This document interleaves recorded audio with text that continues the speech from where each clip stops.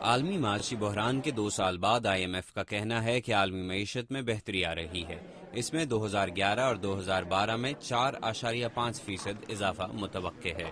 مگر IMF کے chief economist الیور Blanchard کہتے ہیں کہ مختلف معیشتوں میں ترقی کی رفتار یکساں نہیں ہے۔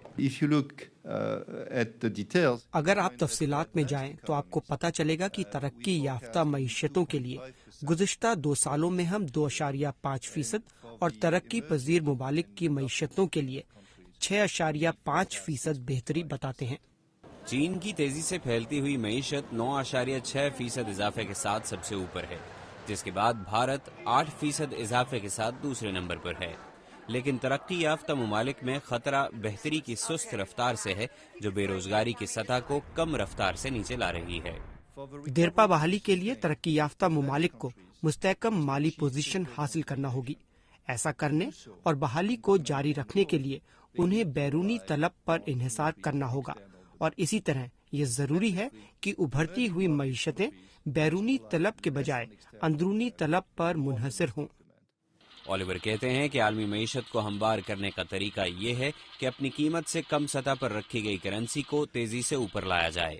ابھرتی ہوئی معیشتوں کی کرنسی کو ترقی یافتہ ممالک کی کرنسی کے برابر لایا جائے۔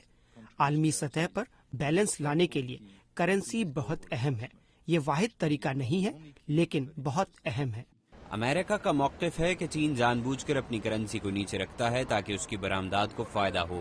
چین کا کہنا ہے کہ یہ سچ نہیں اور کرنسی کی قدر آہستہ آہستہ بڑھنی چاہیے۔ مگر معاشی ماہرین کہتے ہیں کہ عالمی معیشت کو زیادہ بڑا خطرہ مشرق وسطی میں عدم استحکام اور تیل کی بڑھتی ہوئی قیمتوں سے ہے۔ عدم استحکام کی وجہ سے عالمی منڈی میں تیل کی سپلائی کم ہو جائے گی اور اس کی قیمتیں بڑھ جائیں گی، جس سے عالمی معیشت کی بحالی کی رفتار کم ہو جائے گی۔ یورپ میں قرضوں کا مسئلہ ایک اور بڑا چیلنج ہے، مگر الیور بلانچرڈ کہتے ہیں کہ آئرلینڈ، یونان اور پرتگال کی معیشتوں کو مستحکم کرنے کے لیے یورپ کی کوششوں کی کامیابی کا اندازہ لگانا شاید ابھی جلدی ہوگا۔ یہ سمجھنا بہت ضروری ہے کہ آئرلینڈ، یونان اور پرتگال کو بہت بڑے پیمانے کی مالی تبدیلیاں لانی ہیں، جس کے لیے کافی وقت درکار ہے۔